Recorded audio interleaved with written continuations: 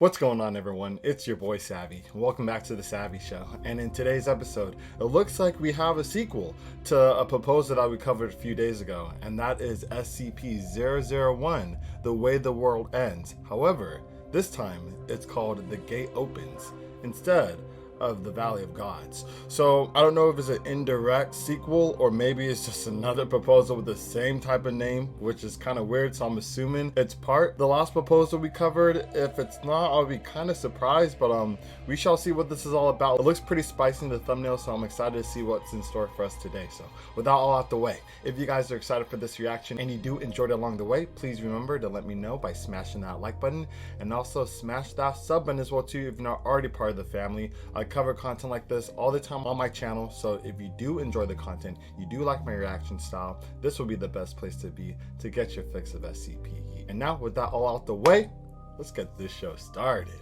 Alrighty, SCP-001, The Way the World Ends. The Gate Opens. They came from beyond the world, from over the world, from under the world. They came from inside the stars and from behind the rain. They came from the known lands, and they came from the secret places of old. So the gods? The vast ones who drank of the nebulae. The small ones who did not care what happened beyond the banks of their rivers. The ones Poseidon? who bathed in the light, and the ones who watched from the shadows. Zeus? The ones who loved us, and the ones who forgot about us. The ones who hate us now, and the ones who love us still. The ones who sung with the rats, and the ones who swam with the leviathans. They came from far and near. They came one and all. They came to end the world.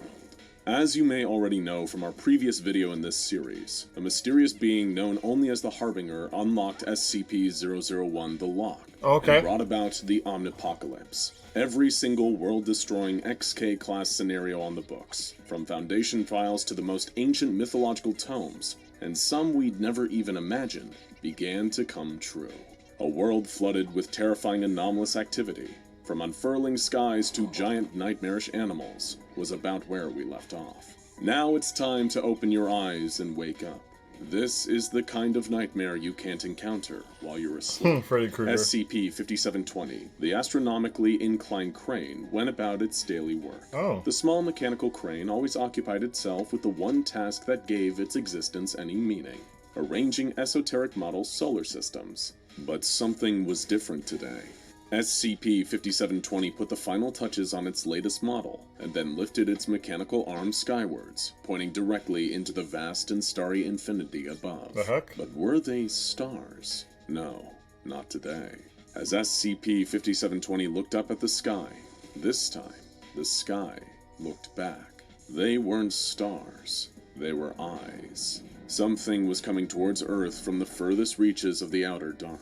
An armada of world-enders, coming from above, below, and all around. A whole cosmos of supremely powerful beings, zeroing in on our pale blue dot. Why though? A thought crossed through whatever passed as the mind of this strange little crane. Today is the day your prayers will be answered. Followed by another word, ringing loud and clear and holy as a mighty church bell. Awaken. Does someone really pray for the world's downfall? Come on now. And at that moment, everything did. Thousands of miles away, a new god landed on Earth, appearing like a great wall of dense, matted fur descending from the sky. What god? Ur-An-Um, the mother of the ones that came before. Ur-An-Um? After eons of absence, she had eventually returned to greet her children, the true rulers and stewards of this land. But Ur-An-Um was surprised and horrified by what she saw. Their great cities, their sprawling structures, their beautiful art and advanced culture, all gone. Dang. Laid to waste by the worthless, hairless apes that once lived in the forests with the other animals. The humans. Something had happened. Something had changed. The humans had slaughtered her people, destroyed their accomplishments, tarnished their legacy, driven the few that were left out of their kingdoms and into the forests, treated them as mere animals, and built their hideous concrete cities over their bones. Wow. And they had the gall to call them Bigfoot. Okay, I figured. I was like, yo, this is probably Bigfoot. I mean, I don't think it's just regular other creatures in the jungle. Or SCP-1000, because thanks to them, their beautiful true name had been lost to time. She looked skywards and cried out in despair and anguish at the loss of her children, inconsolable.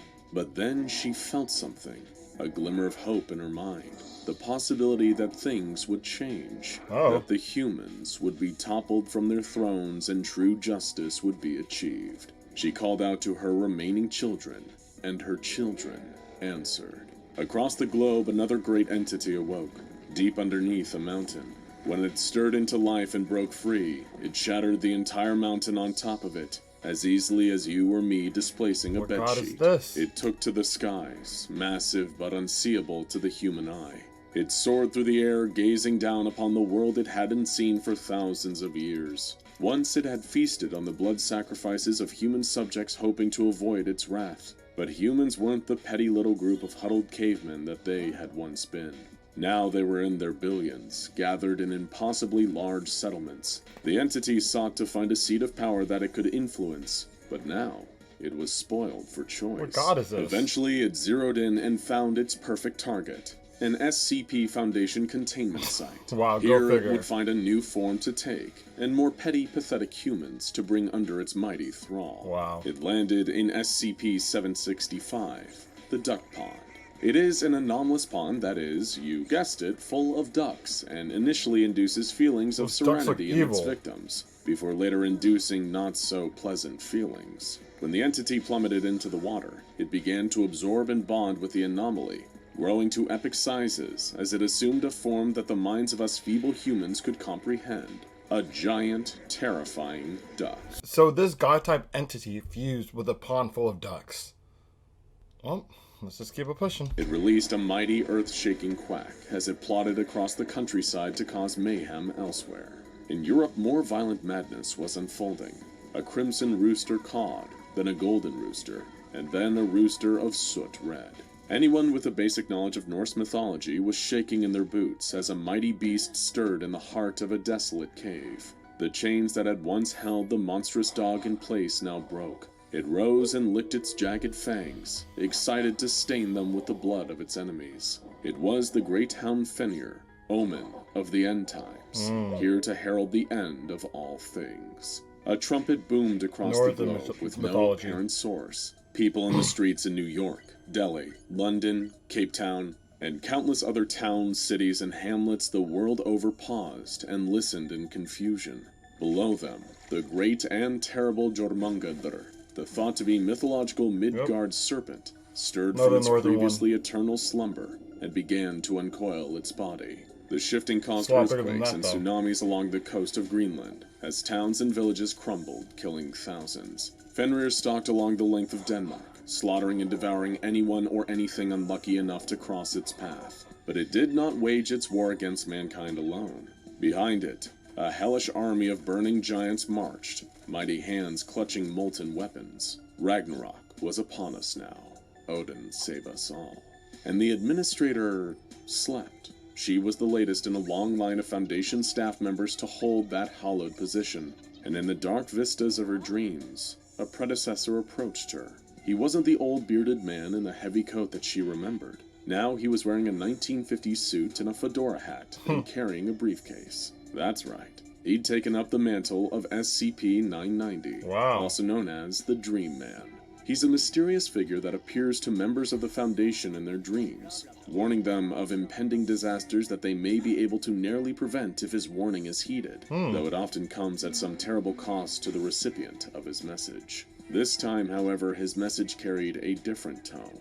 He told the current administrator that there was no way to stop the apocalypse from occurring this time, only making sure that the particular shape of the apocalypse would be the one most favorable to the Foundation and humanity's joint interests. All this was devastating news that the new administrator saw as a grievous betrayal of both the Foundation's stances and humanity as a whole. She refused to accept the idea that the apocalypse was inevitable, even coming from the mouth of the former administrator. It is what it is. As far as she was concerned, This dream man no longer worked on the side of the Foundation. He was in league with the World Enders, and she refused to take his deal. Because he told you the truth? SCP Foundation would save this world from the horrors the Lock unleashed, or they would slide into the darkness with it. They would never work against the human race. SCP-343, also known as God, awoke in his cell in Site-17.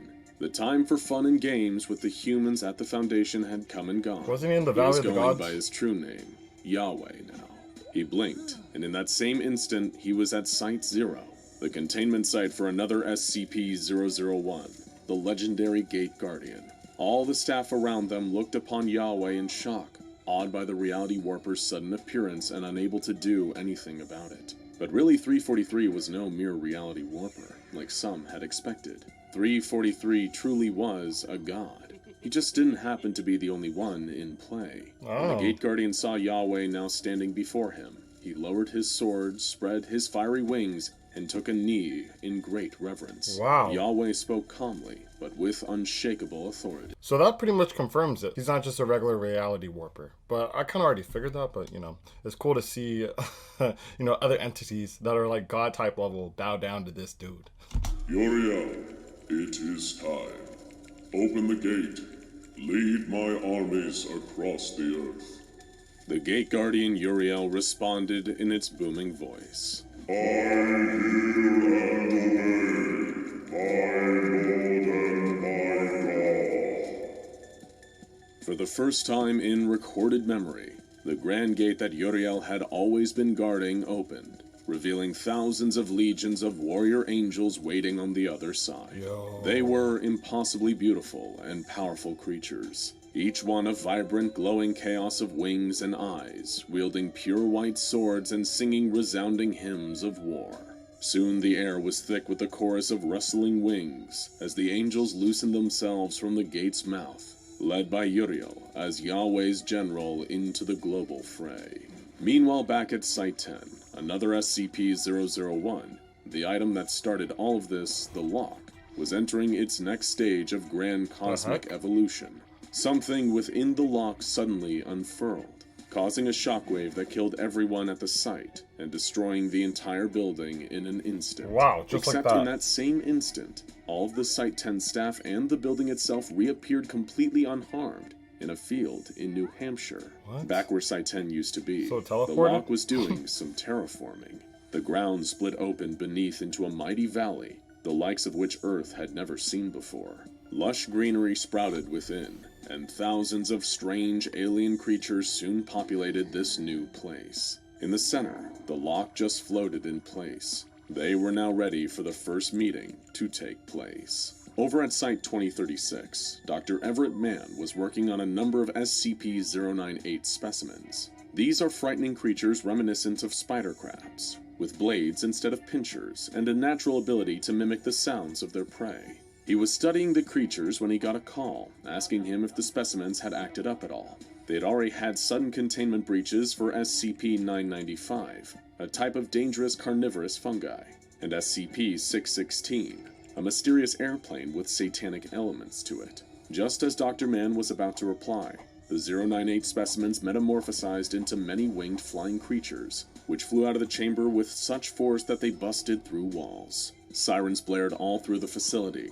and Dr. Mann joined the many other confused and frustrated Foundation staff members wandering the building, wondering just what the hell was going on today. They were getting bizarre reports of unprecedented anomalous activity from all over the world, with no explanation uniting it all. According to panicked whispers across the facility, Emergency Order Patmos was now in effect, whatever that meant. The true nature of what was going on here went over most of the heads of the SCP Foundation's staff. That's when Mann encountered Dr. Charles Ogden Gears, who, for such a famously emotionless man, looked surprisingly worried. Dr. Mann tried to downplay the situation, saying they were only looking at a handful of containment breaches here, nothing they hadn't handled before. Dr. Gears shut him down with trademark coldness. Feeling a little more nervous now, Dr. Everett Mann asked what else had gotten out. With steely eyes, Dr. Gears replied, "A whole damn lot. Now go check out Children of SCP-001, The Scarlet King." I mean, it still feels like a build-up. to what's actually about to happen to the world. I still want to see what's going to happen. So I hope there's going to be another part to this, because it's definitely not over. If you guys enjoyed this part of this reaction, please let me know by smashing that like button, and also smash the sub button if you're not already part of the family. Also, let me know in the comment section below how you feel about how this proposal is turning out to be. I'm really intrigued to see what you guys think about that. So with all the way, unfortunately, that concludes today's episode. However, I'll catch you guys on the next one.